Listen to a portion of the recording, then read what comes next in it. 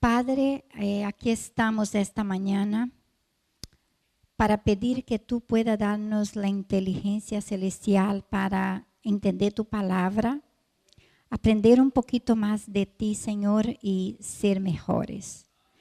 Unja mis labios con un carbón encendido para que yo pueda hablar lo que tú quieras y que yo pueda desaparecer y que tú puedas aparecer aquí, Señor, y estar con nosotros.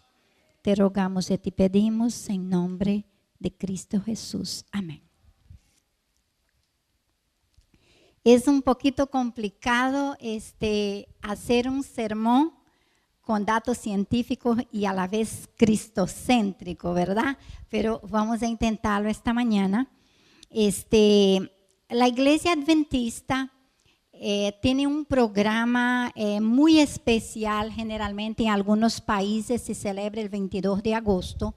Es un programa sobre rompiendo el silencio, se llama. Es un programa de protección y de advertencia sobre el abuso en mujeres, niños, adultos, varones, todo el mundo, ¿verdad? Entonces, la iglesia tiene un programa hermoso y lógico que aquí en 25, 30 minutos no vamos a poder dar el programa como se debe ser. Vamos a dar un poquito informativo y cómo superarnos también, ¿verdad? Pero no va a ser un programa como se debe porque es un programa de más de 5 o 6 horas que es imposible hacernos aquí en un momento.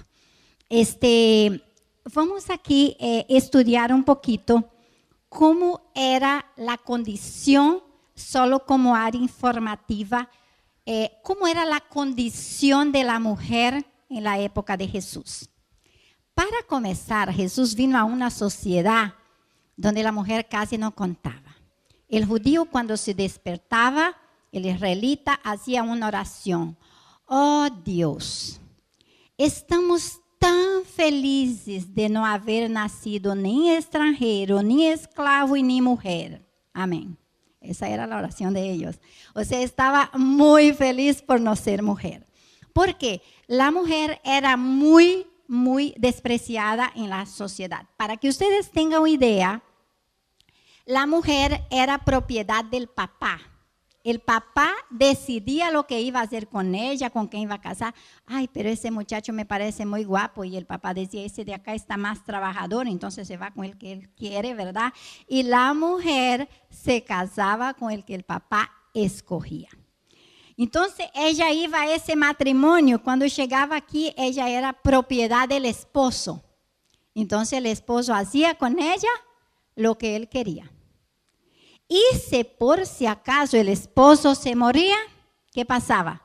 Ella regresaba con el papá o con los hijos. Y de todas formas, la mujer no tenía identidad.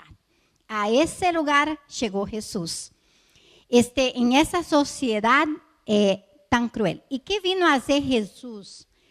Jesús vino a hacer con que los desprotegidos, los humillados, estas personas vinieran a tener una identidad, vinieran a tener una autoestima, porque Jesús vino a hacer con que todo fuera más fácil para nosotros.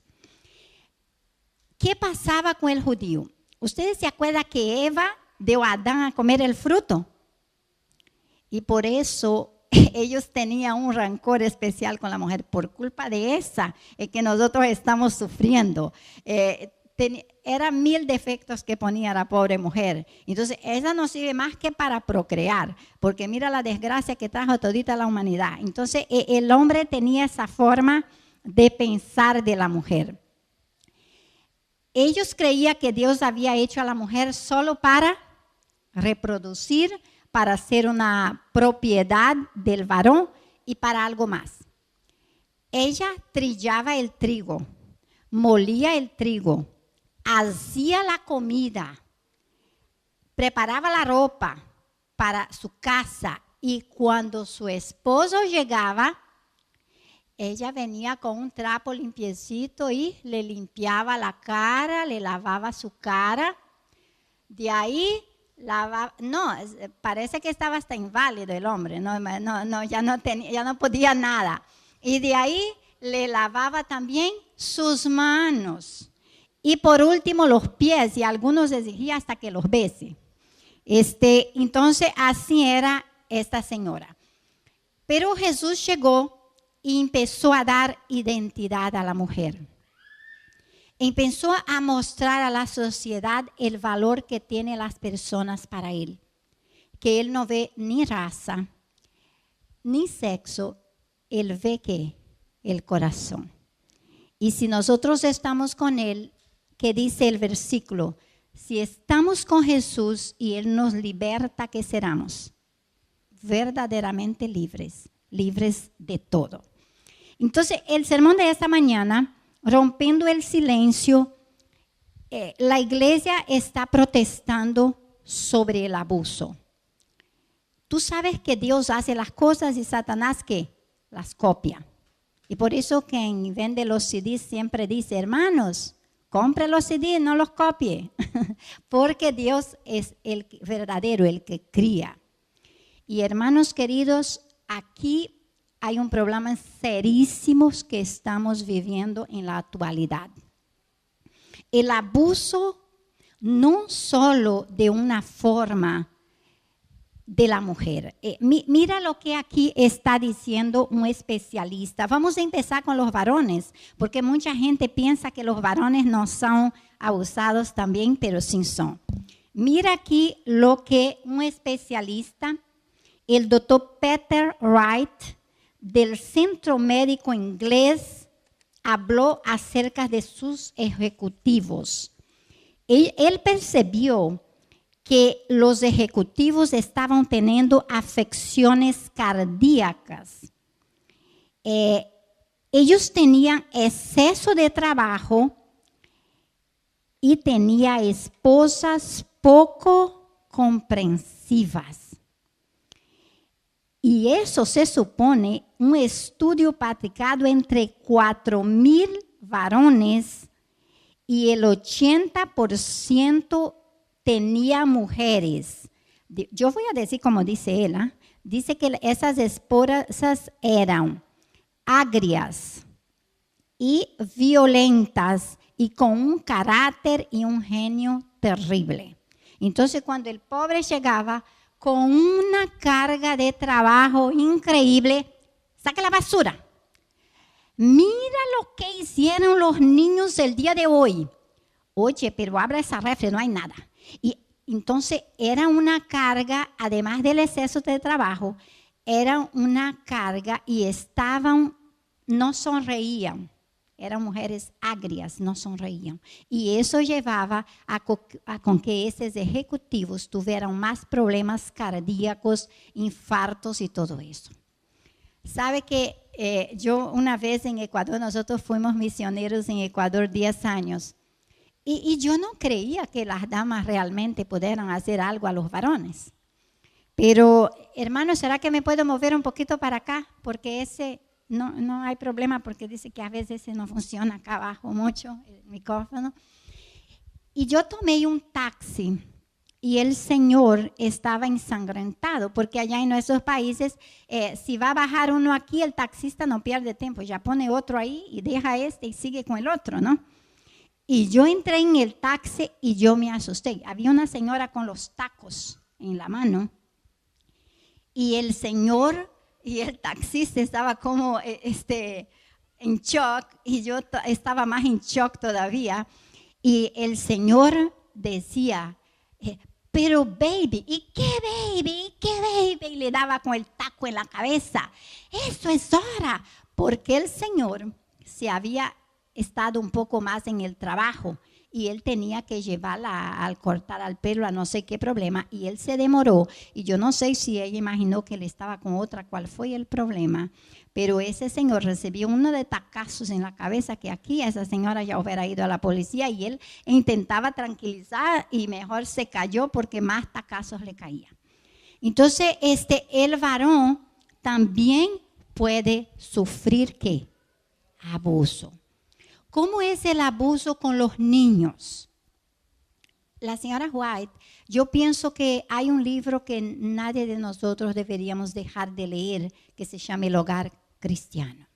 Ahí está la receta para que tu hogar, tú no tengas problemas ni de violencia, ni tenga problemas, que sea un hogar de tranquilidad y de paz. Entonces, con este libro es una bendición. Entonces, ¿qué pasa? Los niños desde pequeñitos, yo conocí una hermana que decía a los niños así, o tú te acalmas o yo te acalmo. Y era manotazos para todo. Entonces el niño en la escuela también empezaba a manotear a todo el mundo porque vivía en un ambiente donde todo el mundo, ¿qué? Le daba manotazos así, cállate, y no sirve para nada. Entonces, un pastor, hace 2 meses yo conocí a un pastor, me contaba, hermana, yo a los 19 años, yo toda mi vida crecí creyendo que yo era bruto, no servía para nada y era feo. Porque todo el mundo en mi casa decía, ay, qué feo eres. Mi papá decía, qué feo eres. Y yo recién a los 19, cuando tuvo mi novia, no pude ni creer que ella decía que yo era hermoso. Y ahí ya empecé a creer que soy hermoso, pero antes de eso no. Entonces, lo que tú hablas a tus hijos, lo que tú dices, entonces es lo que ellos van a creer. Si tú dices, ay, mi amor, pero tú sí puedes, tú vas a ser grande, tú vas a ser una persona excelente, tú, mira, hablar. Mi esposo tenía una forma con mis niños. Él sentaba, tenía más paciencia que yo. Él sentaba y explicaba a los niños lo que estaba pasando, cómo se estaba pasando. Era una letanía ahí hasta que ellos comprendían. Y entonces cuando le daba la nalgada, ellos ya entendían más. Y uno va aprendiendo. Y a decir a los niños lo que tú haces, ellos te están mirando.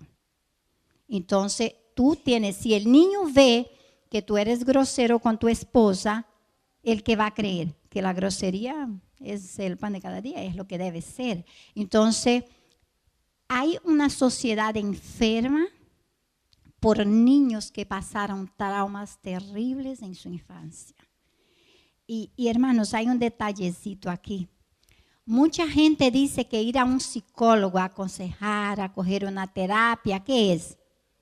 Ay, no, eso es de loco. A mí ni me hable de eso porque estoy bien bueno, pero está más loco que 4, pero estoy bien bueno yo y no quiere ayuda. Entonces, es importante nosotros tenemos ayuda para poder ayudar, ¿quién? A nuestros niños. Y ahí no queda. Hay el abuso con las mujeres, con las damas. Mira, yo conocí una hermana, su esposo era anciano de iglesia y él no solamente maltrataba a los niños. Yo tuve cuando estaba en la universidad, su niño era mi alumno de escuela sabática y ese niño era muy difícil porque cuando usted sacaba la Biblia, ese niño entraba en un nerviosismo tremendo. Y un día yo fui a visitar su casa y le digo, hermana, ¿qué pasa con su niño? Que cuando yo abro la Biblia, ese niño tembla y no quiere saber nada. Y me dijo, hermana, es que a las 5 de la mañana mi esposo los levanta con un biblazo en la cabeza y así como está los para y los tiene leyendo como 1 hora, como soldaditos ahí. Entonces, si el niño se distrae un poquito, otro bebé. Así que va a querer la Biblia el niño así. Eso es un monstruo, la Biblia, ¿verdad? Entonces, ¿qué pasaba? Él creía que la religión se la tenía que meter, como dice la Biblia, a todas horas, a todo momento, pero de una forma equivocada. Eso hace Satanás, el desequilibrio. Porque nosotros los cristianos, ¿qué debemos ser? Equilibrados. Entonces, él está o por un lado o por el otro. Y la hermana tenía un poco más de confianza y me dijo, ¿sabe qué, hermana? Mi esposo es una persona muy cristiana y por eso yo lo aguanto. Ella estaba confundida. Él amanecía y ella le traía su café. Oye, dice, ese café hoy sí que te pusiste de acuerdo a molestarme y a enervarme. Ese café está helado. Ella iba al horno y calentaba el café. Ahora sí, me quieres quemar. ¿Estás tú de acuerdo en quemarme? La pobre iba y le traía el desayuno. Oh, sí, lógico, todo se lo da a tu familia y a mí me trae el resto aquí. Eso seguramente fue de ayer. Entonces, con las palabras, tú no sirves para nada, tú no vales para nada, la persona no tiene ¿qué? Individualidad. No puede pensar por sí misma. Esto es el abuso. Pero ahora hay una buena noticia, hermanos. Aquí entra, los científicos dicen que las personas que han sufrido violaciones, que eso es otro tema un poco más extenso, de cómo hay violaciones en los niños, en los jovencitos, y he descubierto que mayormente las personas más allegadas al hogar son las que provocan eso. Y crea en sus hijos, porque nadie anda inventando por ahí que se lo violaron, que se le manosearon, nadie. Es muy importante creer a los niños. Yo he conversado con damas que ahorita tienen 35, 38 años. Dice, mira, a mí me abusaron cuando yo tenía 8 años. Yo fui a contar a mi mamá y mi mamá, muy cuidadito, tú hablas del hermanito, porque el hermanito es un santo, así que tú estás pecando si tú hablas. No, hermanos, todos nosotros, la iglesia, ¿qué es? La iglesia es un hospital. Todos los que estamos aquí venimos porque necesitamos del médico que es Jesús. Pero hay muchas personas con heridas no curadas que necesitan curarlas. Y para eso es que están aquí. Entonces nosotros debemos ayudar, pero no descuidar. Ahora, ¿qué hacer cuando las heridas ya están? ¿Qué hacer cuando hay un matrimonio enfermo? ¿Qué hacer cuando ya hay problemas? ¿Cómo debemos hacer nosotros? La palabra de Dios es lo más hermoso para curar las heridas.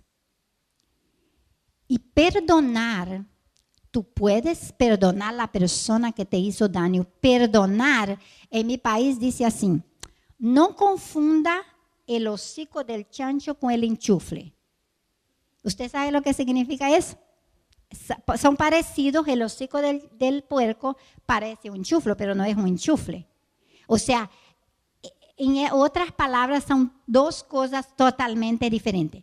No confunda el perdón con tú seguir siendo abusado. No confunda. A veces me explico mejor. Si usted fue, supongamos, una muchacha fue abusada por su tío, por su primo, por ex persona, cuando tenía 10 años. Entonces ella necesita una terapia, una cura interior, necesita perdonar. Pero no significa que ella tiene que seguir sufriendo el abuso. ¿Me explico? Es importante el perdón. ¿Por qué? Porque sin perdón no hay sanación. Sin perdón, el otro está feliz de la vida y tú estás que te quemen tus rugos, tú estás que te destruye, tú estás amargado, Entonces, eso es necesario el perdón. Pero no significa que tú no vas a ser una persona que tenga una estima que ya no va a permitir el abuso. Y hermanos, buscar ayuda.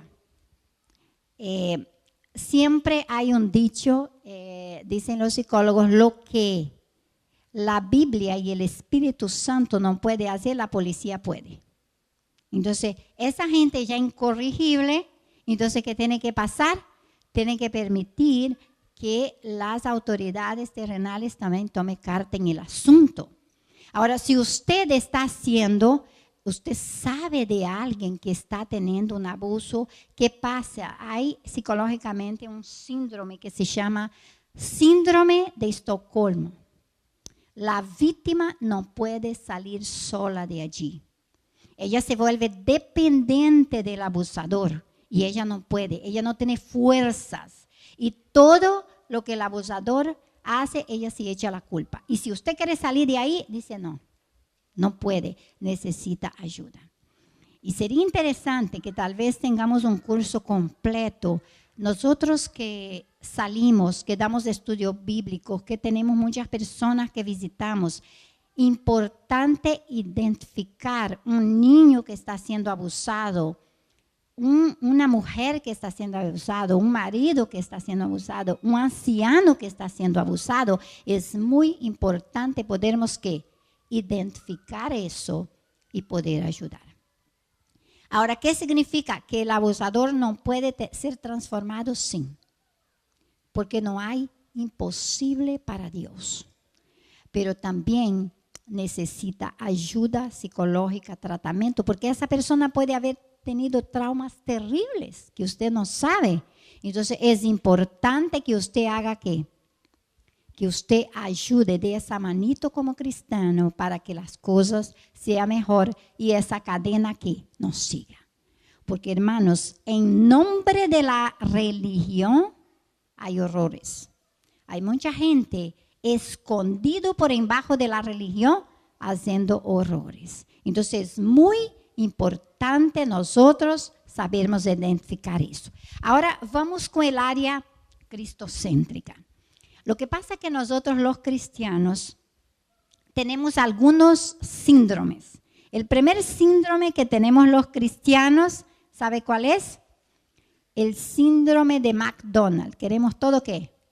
Rapidito. Aquí se demoró un poquito más, ya nos desesperamos. ¿Cuál es el otro síndrome que tenemos nosotros? De adquirir y adquirir y adquirir y tener más trabajo y la pérdida de paz. Entonces no tenemos paz. Es importante nosotros ponernos prioridades en las cosas realmente importantes de nuestra vida. Y sabe que a veces Satanás nos tiene dando vueltas, nos carga como en un remolino, llenándonos de tantas cosas que no tenemos tiempo para aquel que todo puede sanar, todo puede hacer. Hay más de 70 historias en la Biblia que habla del Dios de lo imposible. Más de 70. Y si usted cada día estuviera leyendo su Biblia, orando, esas historias van a hacer con que usted se alimente y usted empiece a creer en un Dios que todo lo puede. Hermanos, ¿sabes qué?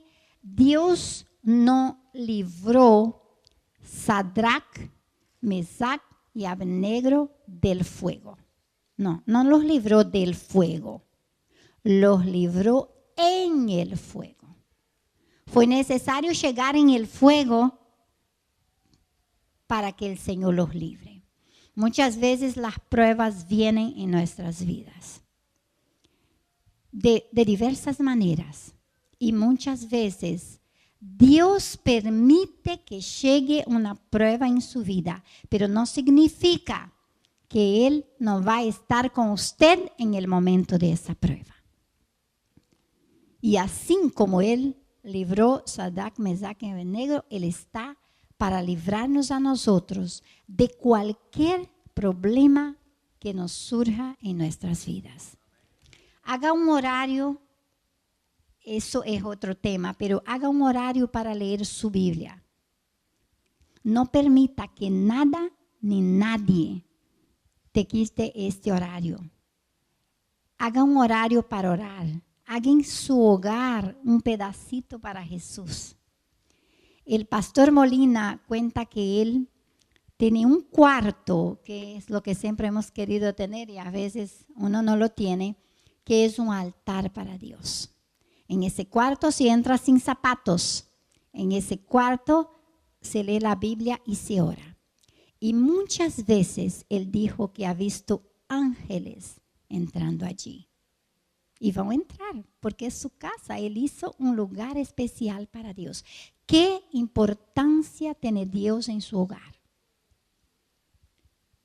Si tú quieres que Él sea el primero en su vida, entonces es importante que tú tengas un lugar para Él en su casa y también ¿a dónde? Y en su corazón. Y si tú no tienes tiempo de leer otro material, la Biblia es tu prioridad. Si cada día, ¿sabe, hermanos? A veces yo pensaba, ay, ¿por qué yo voy a leer números? ¿Qué voy a aprender yo con números? Si esa es pura genealogía, eso no tiene nada. Pero es increíble que aunque tú estás leyendo números, el Señor da paz en su corazón. Nosotros vivimos en un mundo de mucha depresión, de mucha ansiedad, de muchos problemas psicológicos que los médicos no saben qué hacer. Parece que todo el mundo está bautizado con jugo de limón, está agrio, está con su cara enfocado en sus problemas y se olvidan de preocupar un poquito por los demás.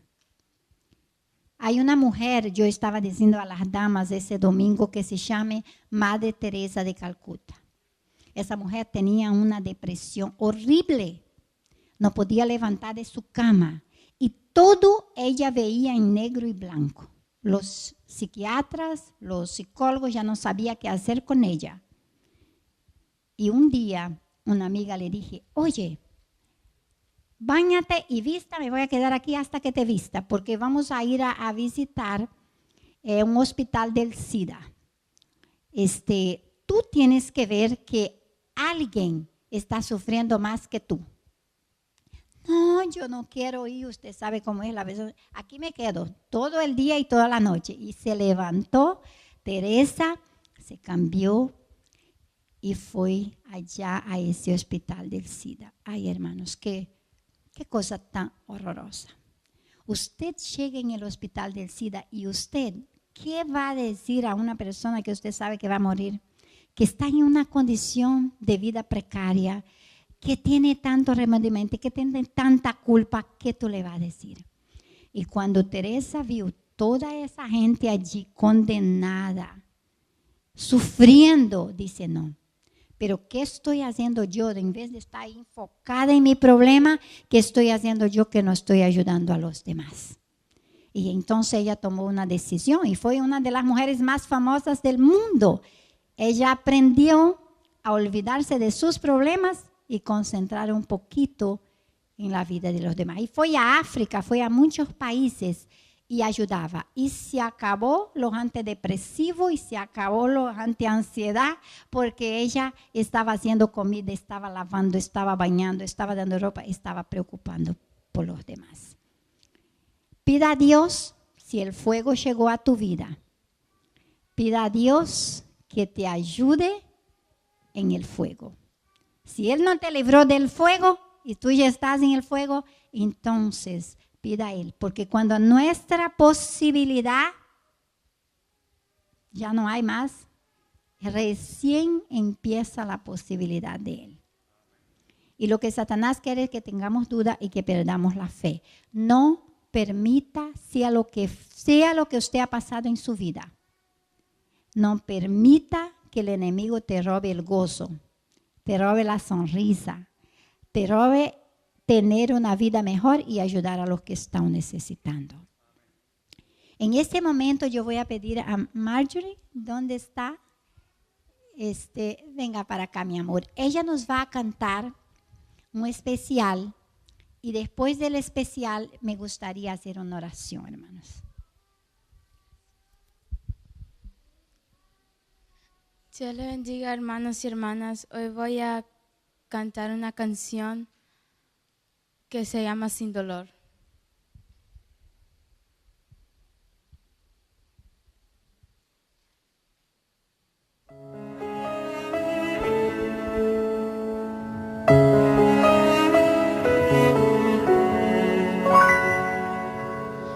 No, sin dolor no hay ganador, todo cuesta un valor por el cual hay que luchar, a pesar de tropezar, de que importaría ganar, si fue tan fácil llegar a la meta y al final, ¿qué más habrá?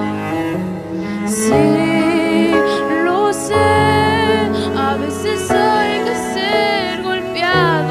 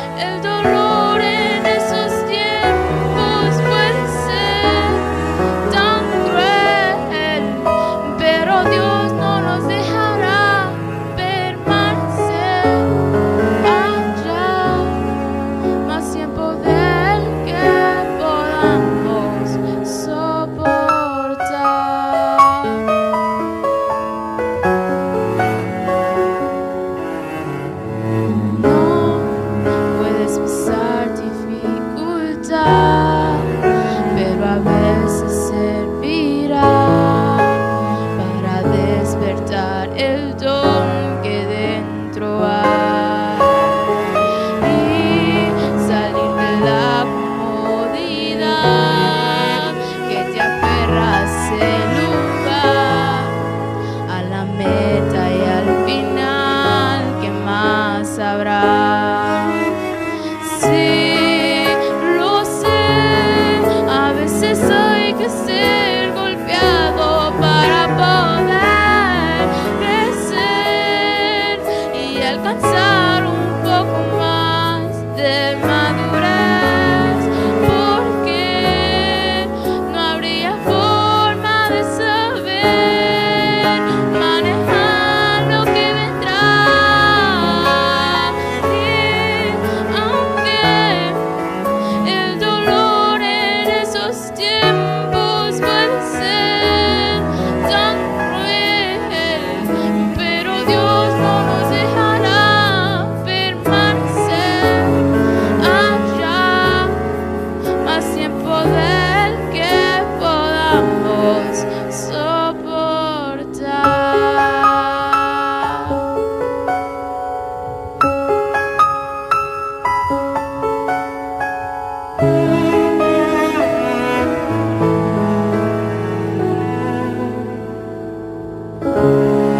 Amén.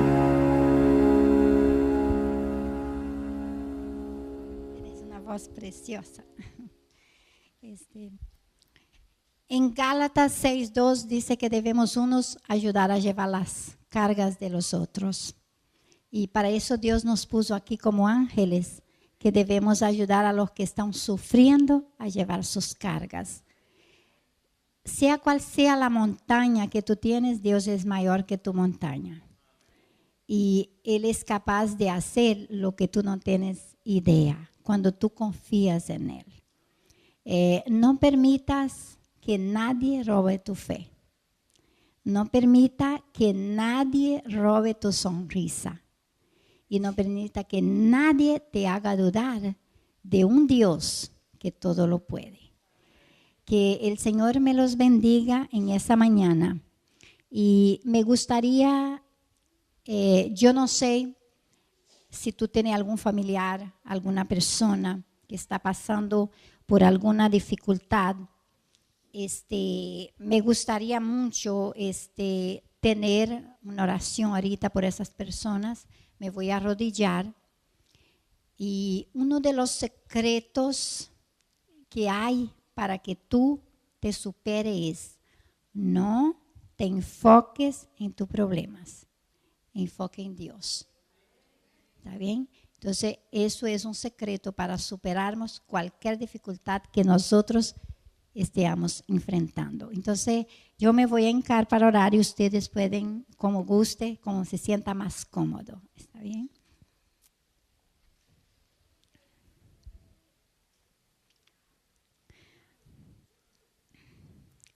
Alabamos y glorificamos tu nombre, oh Rey de Reyes y Señor de Señores.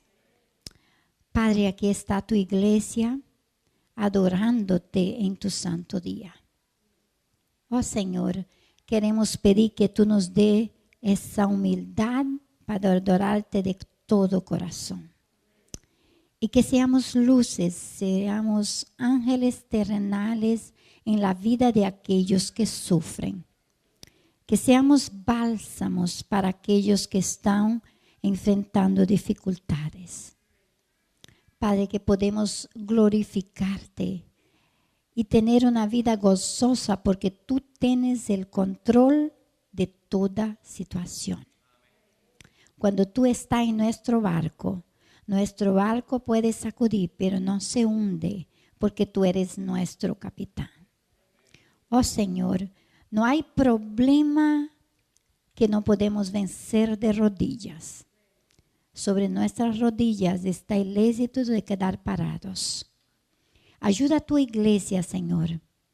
Ayudar a todas aquellas personas que sufren, a desenfocar de nosotros mismos y a enfocarnos un poco en los demás, en nuestra comunidad, en nuestros hermanos menores. Padre, y que podemos alabarte con gozo, podamos leer tu palabra, aprender del Dios maravilloso que tú eres.